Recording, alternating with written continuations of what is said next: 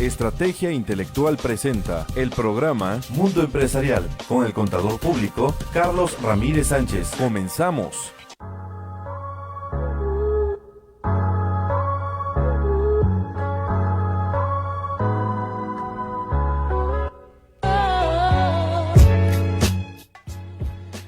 Estimados amigos, muy buenos días, o buenas tardes ya de hecho.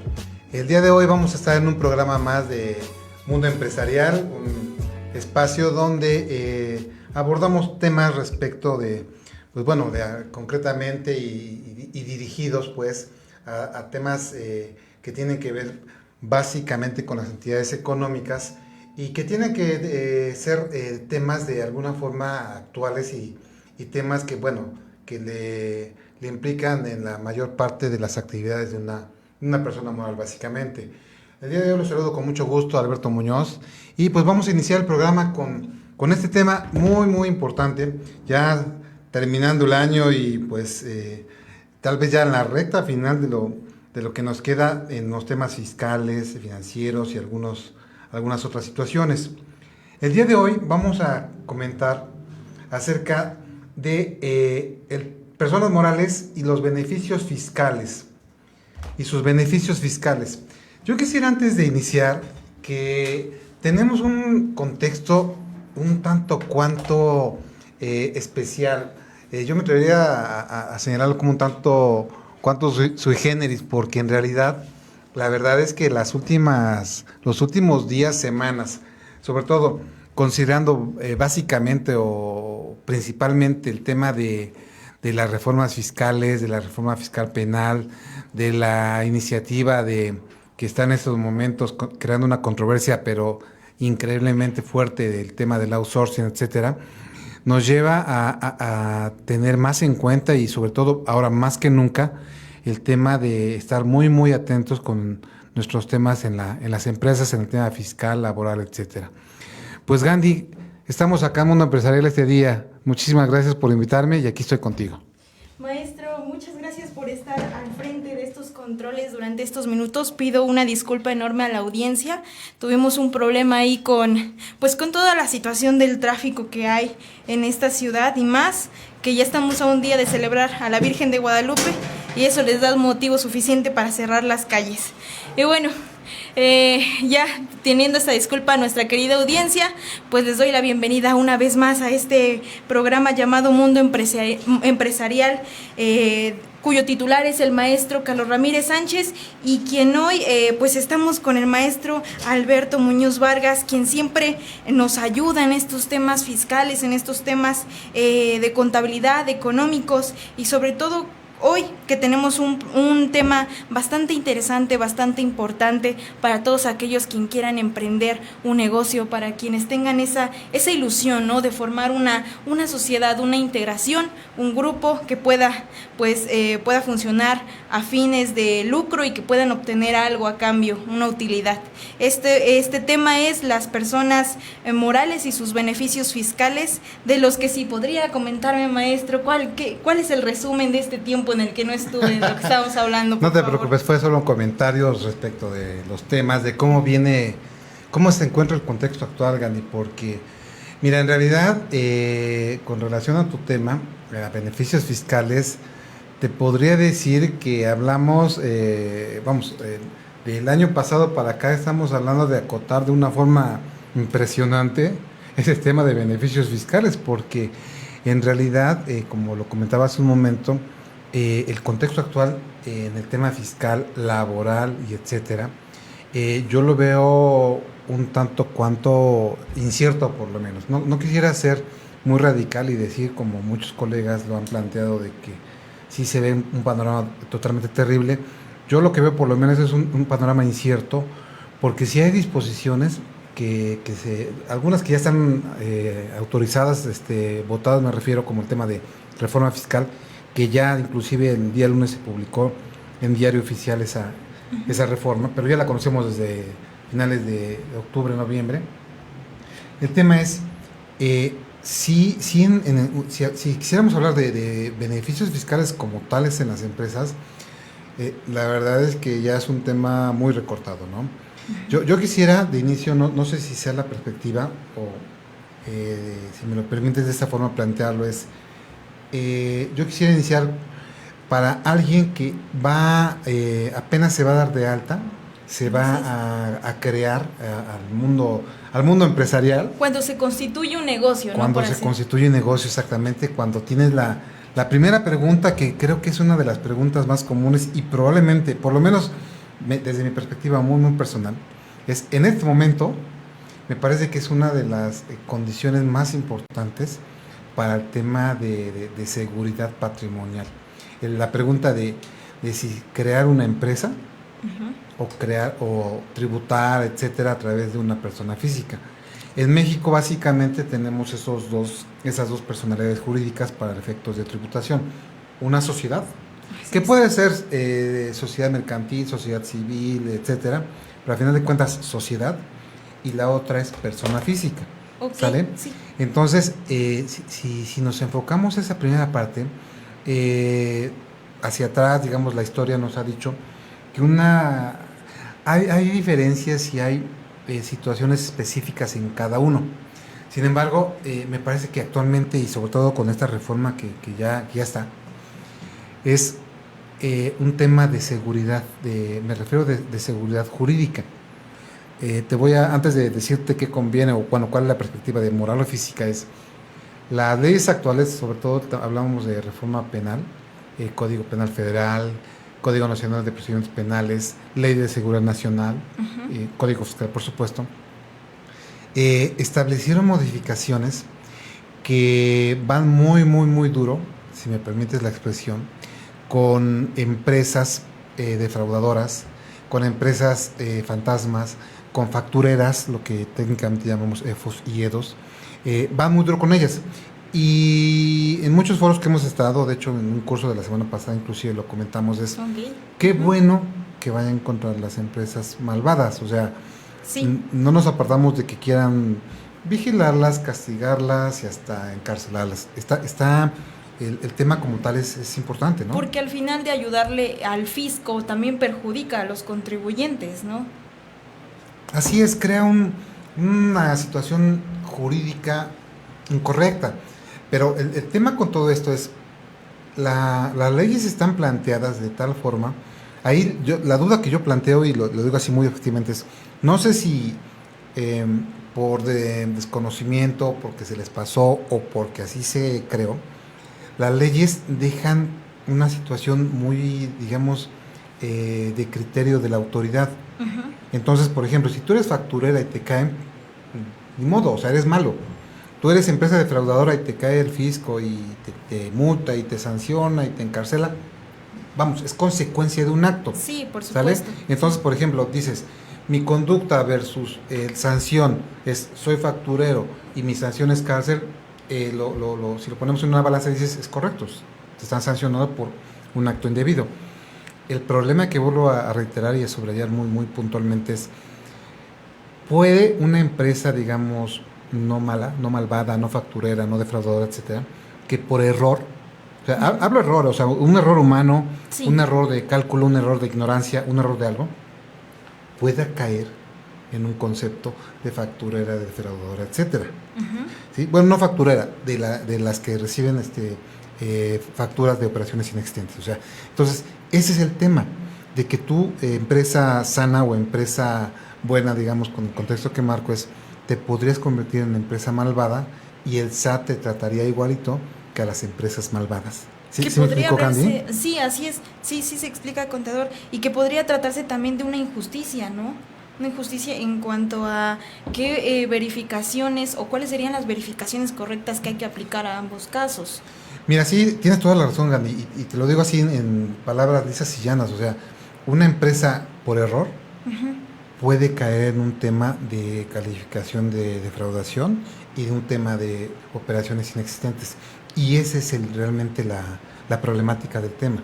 ¿Sale? Sí. Entonces, ahora, bajo ese contexto que te planteo, déjame plantear el punto nuevamente, es ¿qué conviene más, ser persona física o persona moral? Mira, en temas fiscales, así si vemos tasas de impuesto y más cosas, a lo mejor te convendría más ser persona moral, porque en ISR, por ejemplo, la persona moral causa su impuesto al 30%, y la persona física se va a 35, o sea, 5% más, Sí. ¿sale? Si lo vemos en términos financieros, en términos de impuestos, ya de inicio 5 puntos porcentuales más es un ahorro que estarías si te vas como persona moral, ¿sale? Pero ese es uno de los, digamos, de los más simples o de los más visibles, pues. Yo la parte que quiero comentar y que quiero reiterar otra vez es, si tu empresa puede ser física o moral, si tú caes en un tema penal, por la razón que sea, por lo que comenté hace rato, es más viable que tengas una forma de defensa como persona moral que como persona física, ¿sale? Okay. ¿Por qué como persona moral? Porque como persona moral tienes, un administrador único, un director, un consejo de administración, un representante legal, etcétera. Sí, alguien que esté observando las operaciones, por así decirlo. Un comisario, etcétera, Sí. exacto. Y como persona física, pues eres tú. Ajá, es una sola persona la Digo, que está responsable. Algún abogado, y digo, yo soy contador y es mi perspectiva de contador, ¿no? O sea, definitivamente sé que en ese tema estoy muy limitado respecto al tema defensa, pero una persona física también podría entrar a una situación de defensa jurídica, pero de inicio ya el pensar que con un problema fiscal, laboral y ahorita con el tema de outsourcing, por ejemplo, tal vez sea más viable una defensa a través de una persona moral, ¿sale? Entonces, digo, no digo que la persona física o moral tengas que decidir por ese punto. Yo digo, Sí. este es un parámetro que hay que evaluar, que hay que establecer, porque inclusive en la persona moral, con las reformas que hubo, hay ciertos elementos, me refiero a ciertas personas que pueden llevar la responsabilidad solidaria al 100% de la empresa. Haciendo una analogía, contador, podría hablarse de estos personajes que se han hablado en la televisión, por ejemplo, Ana Gabriela Guevara, que tuvo un problema con sus cuentas. No, ella no tuvo problema, el contador fue el que se equivocó. Exacto. Bueno, eso dice que el contador. Pero estaríamos hablando de una persona física, ¿no? Sí. De esta imagen Sí, solitaria. así es, sí, mira, sí, lo que dices es correcto, o sea, puede llegar al tema de que el que adeuda es a Gabriela Guevara o la política, el que también salió por ahí, más. La parte de que yo me refería de personajes, por ejemplo, y quería adelantarlo, quería comentarlo más adelante, pero si creas la persona moral, ya eres persona moral, hay que definir ya muchas responsabilidades, bueno, no muchas, hay que definir las responsabilidades de cada quien. Okay. Responsabilidades de los socios, responsabilidades del contador, si es un externo, si es un contador interno, si hay poderes a terceros, el comisario, etcétera. O sea, cada quien tendría que tener una responsabilidad, digamos, bien específica respecto de los temas que tiene que tratar. Okay. Dentro de la empresa me refería a qué personaje, porque, bueno, te voy a platicar algo de historia.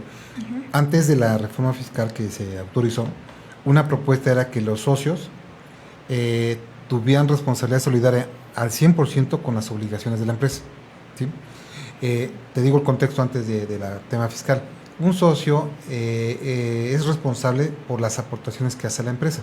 Okay. Entonces, si aporta 100,000 pesos y la empresa tiene problemas por créditos, por lo que sea, el socio, solo puede cubrir o solo puede aportar esos 100,000 pesos para poder solventar el problema de la empresa. Más ya no, porque esa es parte de del tema jurídico de los socios. La propuesta era que no solo 100,000, sino todo completamente. Si la empresa debía 1,000,000 de pesos, O sea, okay, que el sí. socio respondiera por 1,000,000 de pesos, ¿no? O por la cantidad que fuera. Afortunadamente, dentro de las cámaras, sobre todo en senadores, se modificó esa parte y quedó como estaba antes. El socio solo responde hasta por su aportación a la empresa. Muy bien. Entonces, si tú aportaste a la empresa 100,000, solo respondes por 100,000. Si aportaste 5,000, por 5,000, etcétera. ¿Sale? Ahora, junto con esta iba una reforma que sí pasó, y que es la que te voy a comentar. En la empresa puede haber un director general, un gerente general, o sea, una figura que sea, digamos, en el organigrama de la empresa, la persona que dirige. Llámale como le llamen, ¿no? Director, gerente, etcétera. La ley se modificó en esa parte y responsable solidario, o sea, de la persona que te digo como director, él sí va a responder del 100% de las obligaciones de la empresa, ¿sale? Entonces, ¿cuál es el tema? Tú eres persona moral, como socio estás cubierto en esa parte de responsabilidades, etcétera. Pero si eres director general, compartes con la empresa esa responsabilidad que tiene en caso de que haya algún tema de adeudo con la autoridad. Fraude también se podría Sí, hablar. claro, un fraude, una defraudación, si la empresa es CEFO, si la empresa... Se estaría culpando al mismo director general, o sea, sería quien lleve, por ejemplo, la cabeza del asunto. Sí, o sea, la perspectiva de la ley es, la empresa va dirigida por alguien. La empresa por sí misma, o sea, la empresa per se no hace cosas, la hace una persona física. Entonces, como el director es el responsable de esa empresa, por eso es que él se queda como responsable de todos los, digamos, adeudos que pudiera generar la empresa. Oh, muy bien. Entonces, esa es una reforma importantísima porque, por ejemplo, Gandhi, ahorita yo tengo una empresa, Alberto Muñoz, SADCB, y te digo, Gandhi, quiero que seas mi directora general. Y tú bien emocionada y bien contenta y hacemos el negocio. Y al final la empresa tiene un problema, tú compartes esa responsabilidad de la empresa. O sea, si la empresa debe 100 pesos, tú debes 100 pesos. Si la empresa debe 1,000 pesos, tú debes 1,000 pesos. ¿1 millón? 1 millón o 10 o 100, los que sea. Entonces, esa es una parte bien, bien importante que yo quisiera dejar acá bien, bien clara, porque, mira, a final de cuentas, si lo quieres ver desde una perspectiva, llamémosle, correcta, justa, está bien que el director comparta la responsabilidad de la empresa porque pues él es el que la dirige. Él, en llegado el momento, él no podría decir, pues no sabía que hacían esto en la empresa o no sabía que pasaba esto en la empresa o algo, ¿no? Porque es el director. Sí. Sin embargo, sí me parece muy extremo que comparta la misma responsabilidad al 100% con la empresa. Pero bueno, fuera de si es justo o injusto, el tema es, ¿ya está? Sí. Entra en vigor el 1 de enero de 2020 y entonces, a partir del 1 de enero de 2020, la dirección de la empresa, la dirección me refiero a la persona física, es responsable junto con la empresa de todos los problemas que pueda tener la empresa a partir de 2020. Maestro, una pregunta. Con esta nueva reforma o esta modificación, esta renovación de la reforma, ¿se agregaron obligaciones legales a las personas morales? Mira, como tal no, de hecho la parte de las reformas va mucho enfocada a limitaciones de deducciones. Va a haber, o bueno, ya de hecho está autorizada y igual todo lo que estamos hablando entra en vigor el 1 de enero, o sea, en 10 y tantos días, ¿no? Como Así 18 o es. 19 días. La empresa va a tener una nueva obligación que es retención de IVA en caso de que tenga un outsourcing. Okay. ¿Sí? Sí. Si no tengo outsourcing, pues esa obligación, no la tengo que aplicar. Pero esa, digamos, sería una de las nuevas obligaciones que tuvieras como parte de tu actividad fiscal, ¿sí? En realidad, la parte de la reforma va más enfocada a limitaciones de deducciones, ¿no? O sea, limitaciones, por ejemplo, regresando un poco al outsourcing, te quitaron las obligaciones de estar fiscalizando el outsourcing, porque hasta diciembre de este año, bueno, desde el año pasado empezó el tema de quitar una obligación que era fiscalizarla, digo fiscalizarla no así literal, es tú contratabas un outsourcing, tenías que pedirle los CFDIs de nómina de los trabajadores, los pagos de IN, los pagos de retenciones, etcétera. Sí. Y si no se los pedías, tenías una opción de a través de una plataforma en el SAT verificar que la empresa cumpliera las obligaciones.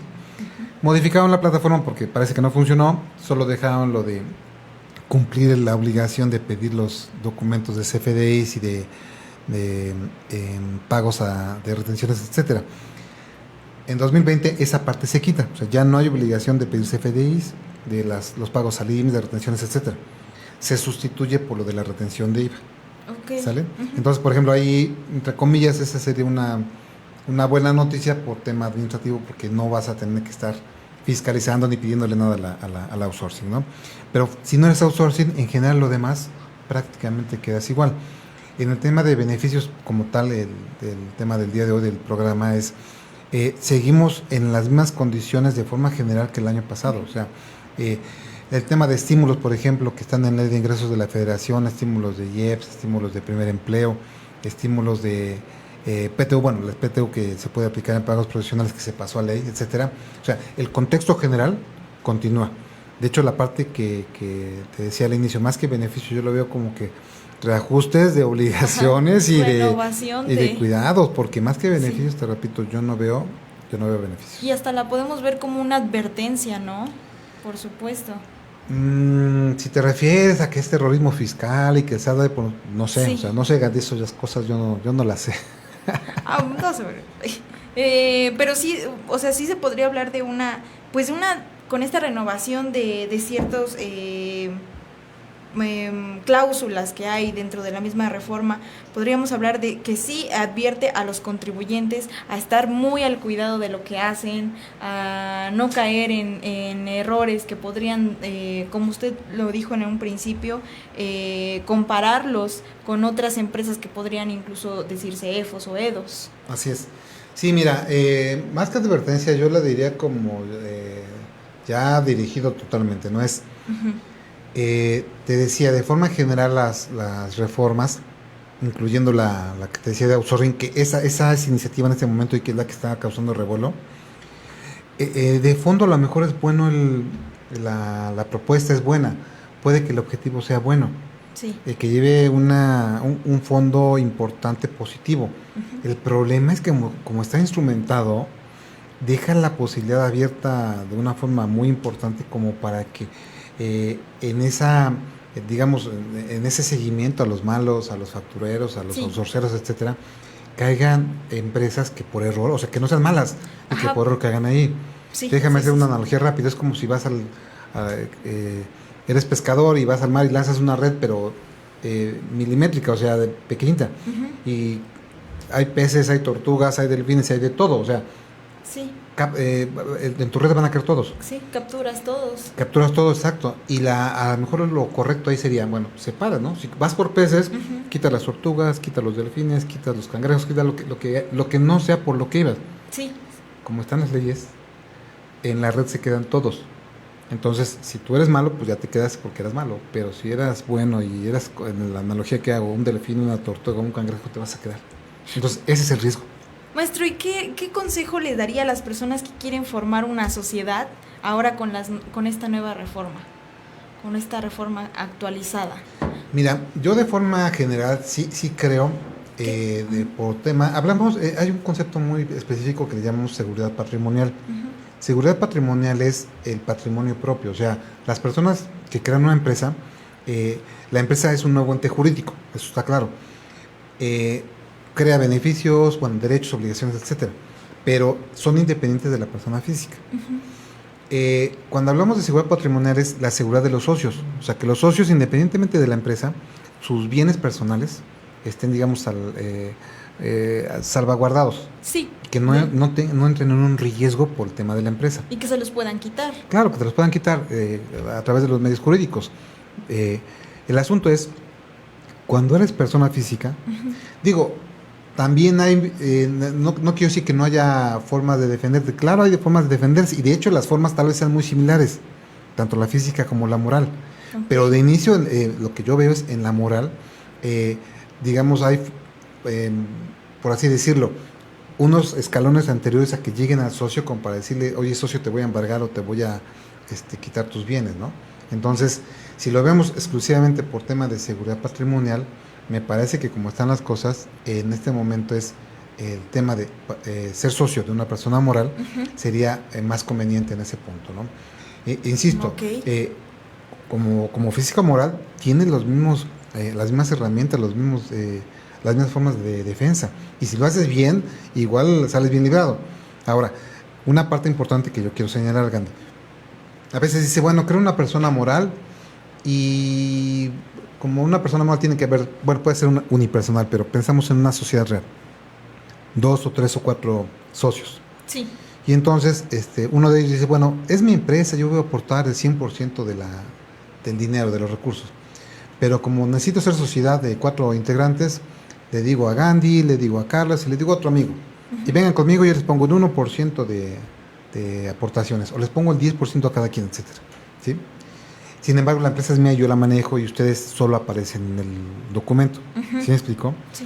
Eso de forma técnica es una operación simulada, porque no es cierto que haya sociedad. Okay, ¿Sí me explicó? Porque no están aportando capital, ¿o sí? Porque no es cierto que eres socio de la empresa. Sí. ¿Sí?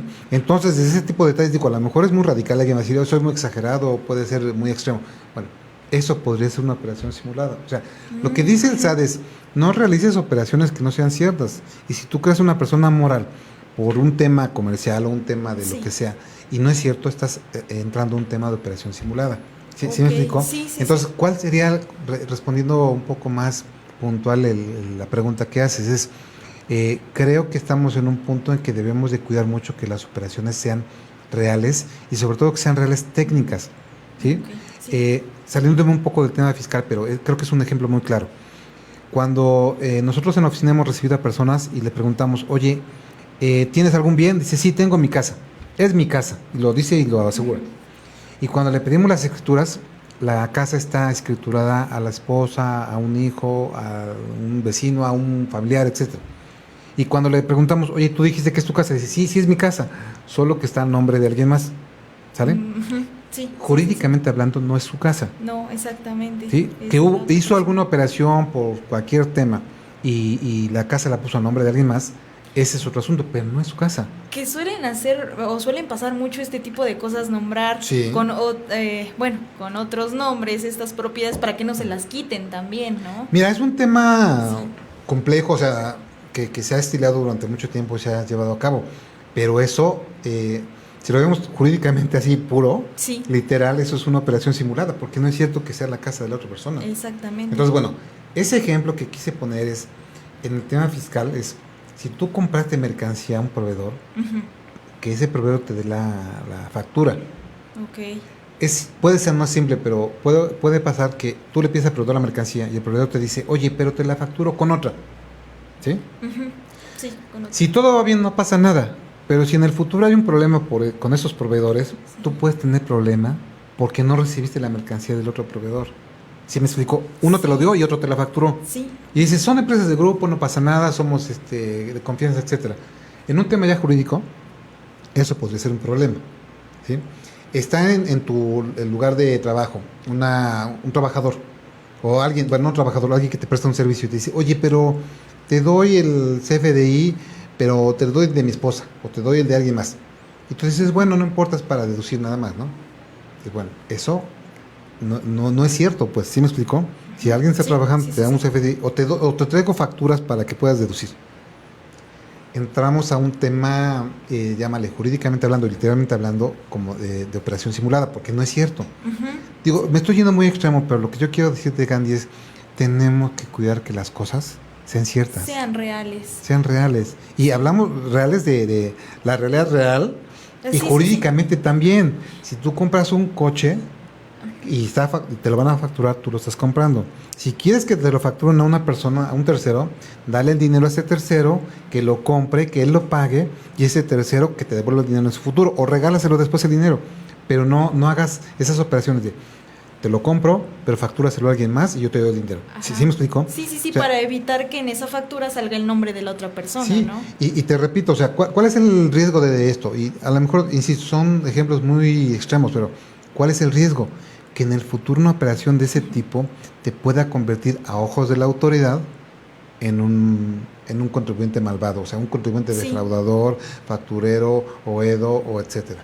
¿Sí me explico? Que de por sí, contador, ya habría como sospechas, o sería muy sospechoso, pues una persona que quiera hacer una factura a un nombre de terceros o hacer ese tipo de acciones a terceros. Mira, no necesariamente, por ejemplo, se da y es común que en ocasiones empresas de grupo dicen, oye, te vendo este producto, pero por tema a lo mejor fiscal o por otro tema comercial, quieren que te lo facture la otra empresa. Sí. Sí, o sea, y no hablamos de malos, pues, o sea, hablamos de operaciones normales, etcétera.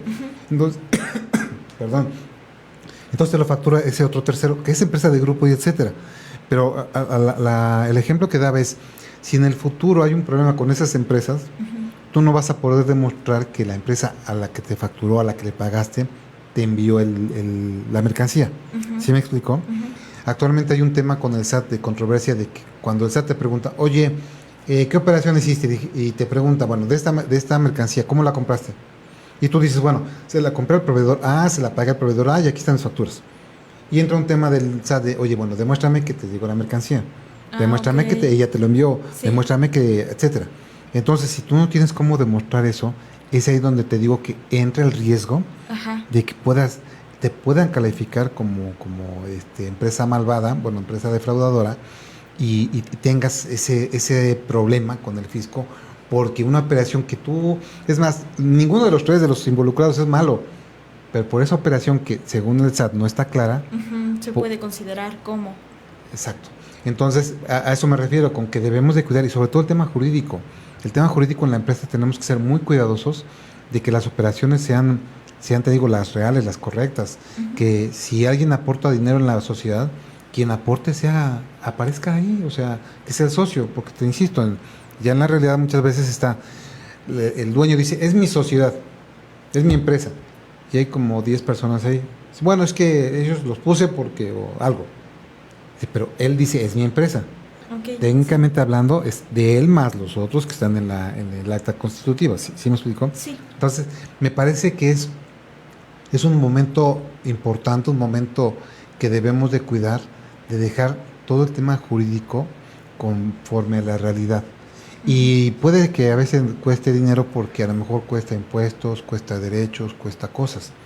Pero me parece que el tema de riesgo de entrar a un problema con el fisco por una operación simulada, me parece que podría ser más problema eso que el pagar un impuesto o un derecho o algo en su momento. Ok. Maestro, también me surgió otra pregunta y es algo que tengo con esta clasificación, esta distinción de sociedades, y es qué tipo de personas morales existen en las sociedades. Mira, depende de la ley con la que te crees. Por ejemplo, está la Ley General de Sociedades Mercantiles, que es, digamos, la más común. Es ahí donde están básicamente las sociedades anónimas, ¿sí? Que es lo que el 90% de la población económicamente, decide hacerla. Porque es la más común, tal vez la más sencilla de manejar, porque en el tema comercial, financiero, es lo más, llamémosle, general. Pero hay algo que se llama sociedad de responsabilidad limitada, sociedad en comenta por acciones, sociedades cooperativas, etcétera. ¿Sale? Si eres te vas a Código Civil, ahí hay dos tipos de sociedades que pueden crearse, dos tipos de entidades: asociación civil y sociedades civiles. Pero esas son muy específicas.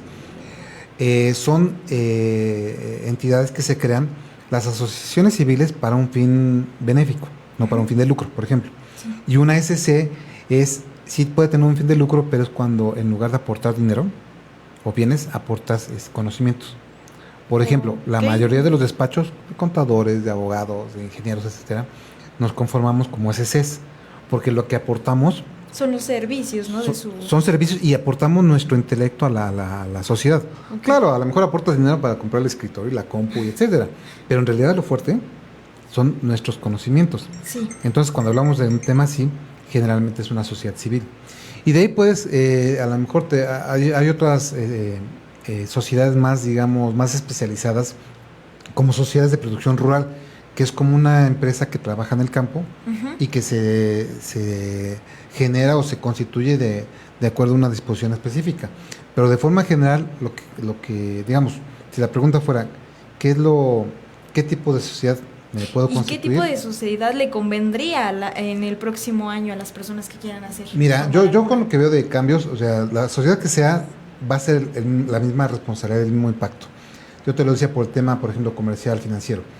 Una sociedad de responsabilidad limitada, a veces los bancos no le prestan dinero, porque como dice el nombre, son responsabilidad limitada, y eso espanta un poco al tema de si me van a pagar o no. Cosas así como esa, ¿no?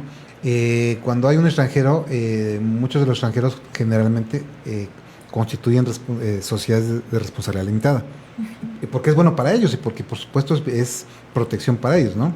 ¿Sí? Y te repito, tú acá en México, si la constituyes así, en el tema fiscal, laboral, etcétera, en general es igualito que cualquiera, solo que en el tema, por ejemplo, financiero, si tú vas al banco y pides un préstamo y eres RL, o sea, responsabilidad limitada, difícilmente es más, me parece que no te lo van a otorgar, porque el banco sabe que con esas empresas es complicado. Si hay un problema de cobro, es un poco, más bien mucho complicado que las puedas cobrar. Entonces, ¿cuáles serían las opciones? Si quieres crear como sociedad una sociedad anónima, si eres empresa, si eres persona física y quieres ser sociedad, porque ya existe la figura, una sociedad por acciones simplificada. O sea, tú solita, por ejemplo, Gandhi, puede ser Gandhi Sociedad Anónima, ¿vale? Y eres una sola persona, pero como sociedad. O sea, es un tema jurídico así medio raro. Sí, pero como una sola persona física puede ser sociedad, ¿vale? Si prestas servicios. O sea, es decir, que una sola persona podría pasarse al término de persona moral. Sí. Con esta. Sí. Okay. Con esa SAS. Okay. Por eso digo, es un tema jurídico medio raro, porque como una sola persona física es sociedad, sí se puede. ¿Vale? Es que ahí me surge la pregunta de que si tendría que haber más participantes, o como dices, si es una sociedad, pues una sociedad implica un grupo, implica como que esa conexión entre las personas, entre estos mismos socios. Claro, mira, hubo las SAS que crearon la década pasada, bueno, no esta década, sí, esta década se creó.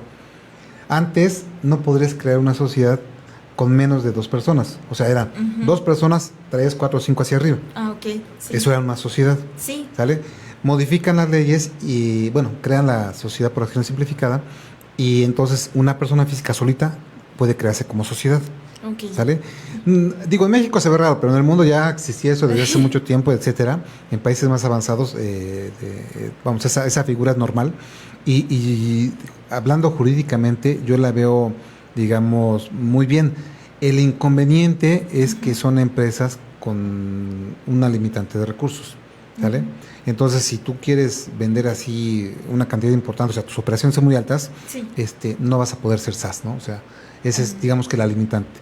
Pero si eres una empresa pequeñita, como inicio SaaS podría ser una opción muy importante en lugar de ser la persona física, ¿no? ¿Se puede cambiar no sé si se le llame nombre, título, de una sociedad a otra? ¿Se puede pasar en este caso? Déjame ver si entendí la pregunta. Sí, por ejemplo, una sociedad anónima a una sociedad... de responsabilidad limitada. Mira, técnicamente hablando, no es mi área y me voy a permitir decirlo por la experiencia que yo vi. Okay. O sea, digo, es más tema de abogado. Yo vi el cambio de una sociedad. No cambió de anónima a responsabilidad limitada, pero sí hubo un cambio. En la teoría se supone que no se puede. Bueno, es muy difícil o tienes que cubrir ciertos requisitos. Lo que yo te digo es, en la experiencia que yo tuve, se hizo un cambio. No recuerdo si fue a responsabilidad limitada o a comandita o algo, pero sí hubo un cambio. Okay. Si la pregunta fuera, oye, ¿se hace eso? Generalmente no. O sea, hacer eso es algo muy, muy, muy específico. O sea, es como decirte de 1000 veces se hace .001 de veces. O sea, eso no se hace generalmente. Okay. Pero sí se puede hacer. O sea, digo, no sé si en todos los casos, pero sí se puede. O sea, es permitido, pero por lo regular no se realiza. No se hace porque... ¿Cuál sería una razón mía? Por ejemplo, yo soy SC y ya no presto servicios, voy a vender cosas. Podría pensar, bueno, me convierto de SC a SA, pero como ya no voy a prestar servicios, la parte técnica es mejor terminas tu SC y creas una nueva como SA. ¿Sí me explico? O sea, no está, te digo, como totalmente, no prohibido, sino que tienes que ver el objetivo, la realidad de tu empresa, ¿sí? La razón de por qué la quieres cambiar. Se me ocurre una que puede ser real. Eres responsabilidad limitada y el socio extranjero que obligó que fuera responsabilidad limitada se va. O sea, quiero decir, vende sus acciones. Sí. Y los que se quedan dicen, no, ya no quiero ser de responsabilidad limitada, quiero ser SA, DCB. Sí. A lo mejor esa sería una razón y entonces harías el cambio. ¿Sí me explico? Pero generalmente, te repito, no ocurre eso. Ok, no ocurren ese tipo de situaciones. Maestro, también otra pregunta que me surge, y a raíz de esta nueva reforma, ¿hay nuevos trámites que realicen las personas que quieran formar parte o hacer una sociedad? No, en realidad todo el tema de tramitología. Y permisos también. Permisos, digo... sigue igual. En la 4T, te soy sincero, no sé si haya cambios locales o respecto de movimientos, pero de forma general te digo, no hubo cambio en ese aspecto. O sea, el tema de presentar avisos, de darse de alta, de etcétera, sigue en la misma postura, ¿no? O sea, no ha habido algo específico. Mira, por ejemplo, en el tema de impuestos, te podría comentar que a lo mejor las plataformas del SAT, hubo, por ejemplo, Mi Contabilidad, que es una plataforma específica, se modificó algo. En el tema del outsourcing se quitó lo del el aplicativo de outsourcing, etcétera. Pero en relación a presentar avisos, de cualquier tipo, etcétera, siguen en el mismo punto, ¿no?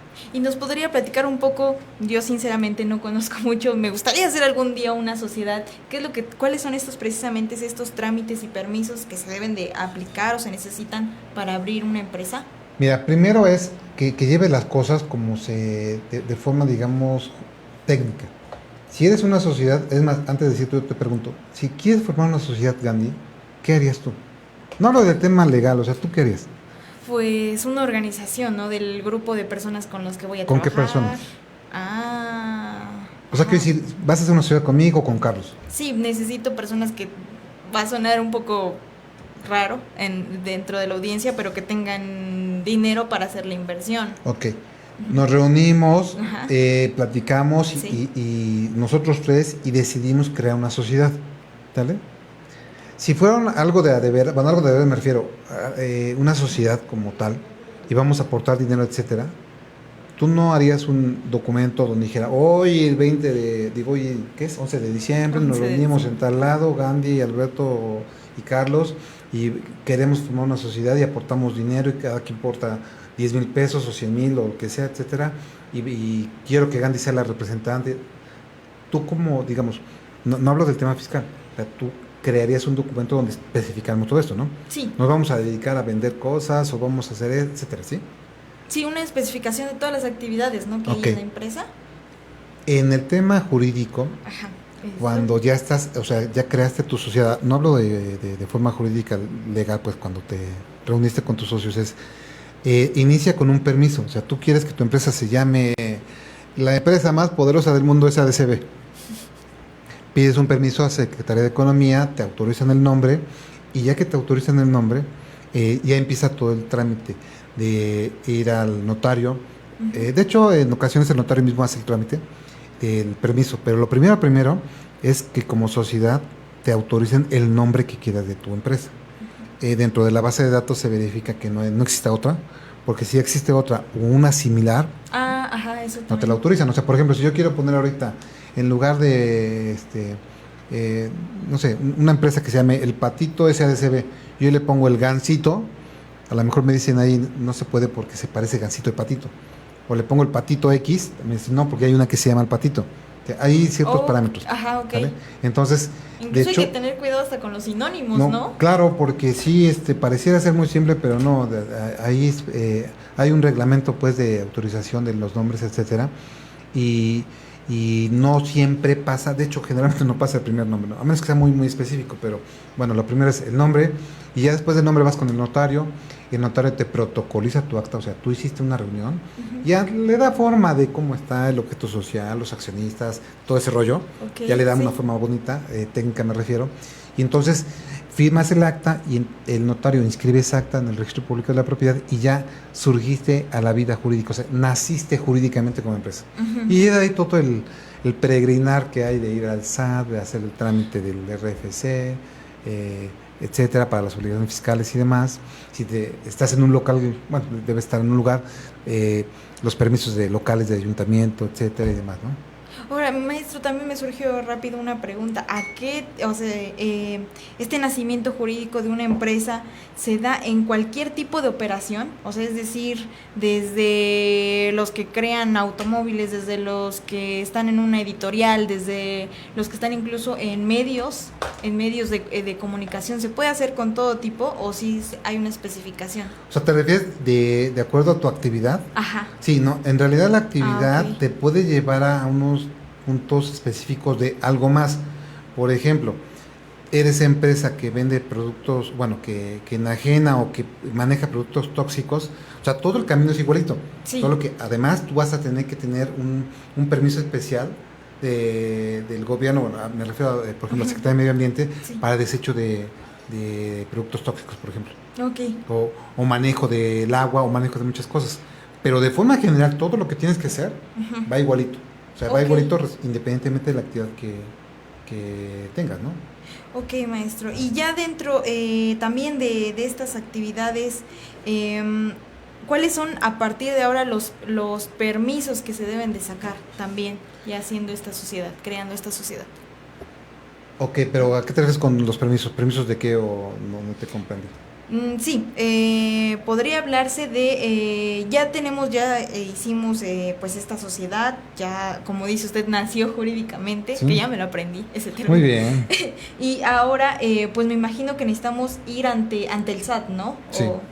Ahí, ¿qué proceso se lleva a cabo? Mira, la primera y la más importante es darte de alta en el SAT para que te asignen tu registro federal de contribuyentes. Ahí mismo en el SAT te genera el RFC y generas también tus archivos, concretamente la firma electrónica, que es la firma del contribuyente como sociedad y la firma del representante legal si es que no la tiene, y que son las firmas, los archivos son para que tengas acceso a la plataforma electrónica, la plataforma digital por internet. Pero digo, eso es como que parte de la instrumentación para que puedas comunicarte con el SAT. Pero básicamente lo más importante es que ya, digamos, naces jurídicamente después de que vayas con el notario, y luego naces fiscalmente cuando te asignan tu RFC. Son dos procesos que se deben Así llevar a cabo. Muy bien. Y ya el último, pues yo me imagino que es la producción, ya el tener dinero. Claro, o sea, ya cuando ya tienes RFC, ya vas al banco, creas tu cuenta bancaria, el banco te pide tu RFC, etcétera, y entonces ya llevas los documentos, te crean tu cuenta bancaria, y digamos, fiscalmente ya puedes operar, porque digo, hay una limitante de uso de efectivo, pero en general, pues vas solo a los bancos para pagar, para cobrar, para todo eso. Entonces, digamos que ya teniendo cuenta bancaria, y por supuesto antes de la cuenta del RFC y cuenta bancaria, ya tienes forma de operar y de cumplir las especificaciones fiscales y demás que tienes como empresa.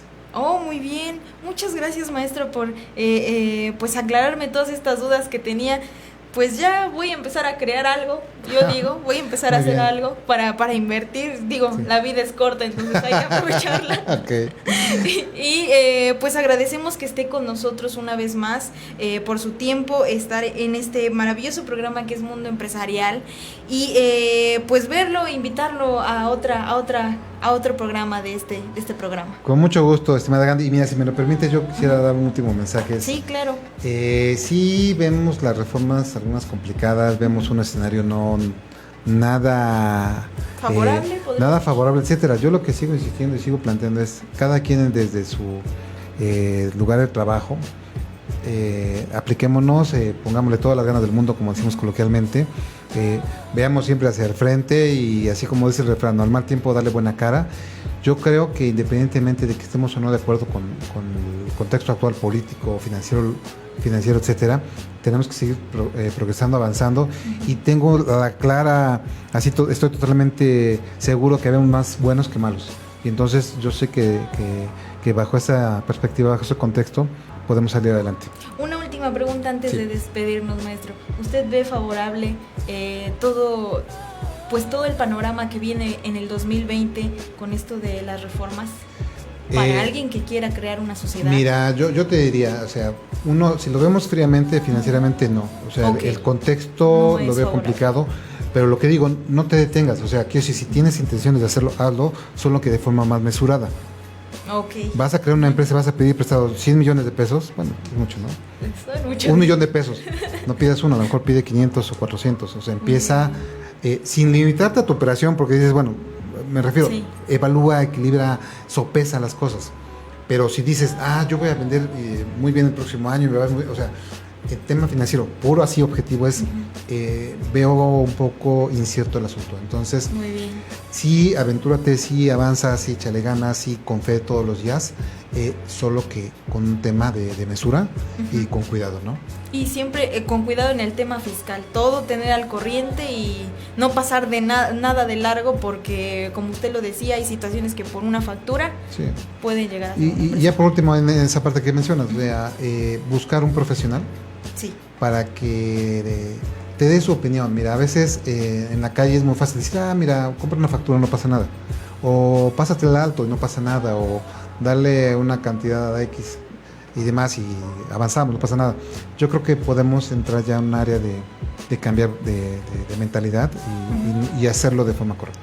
Perfecto, muchísimas gracias, maestro. Qué mejor que asesorarse con usted también. Perfecto, Quien claro guste, que sí. En ponerse en contacto, pues tiene este vínculo con los moderadores empresariales, que también tendrán programa este viernes de 1 a 2 de la tarde. Así es. Y que pues los pueden encontrar en redes sociales como los moderadores empresariales en Facebook, en Twitter e Instagram.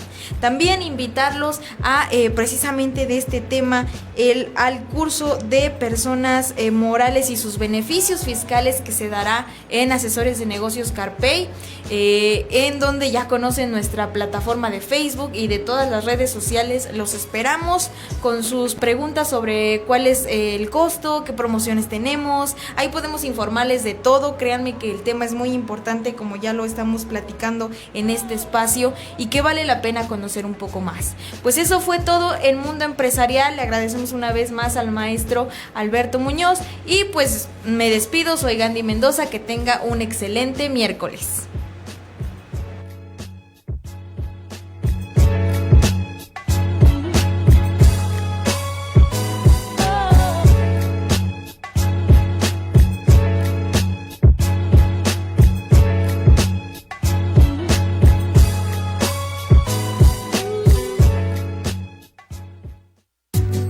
Gracias por escuchar la emisión del programa Mundo Empresarial. Sigue escuchando Estrategia Intelectual Radio.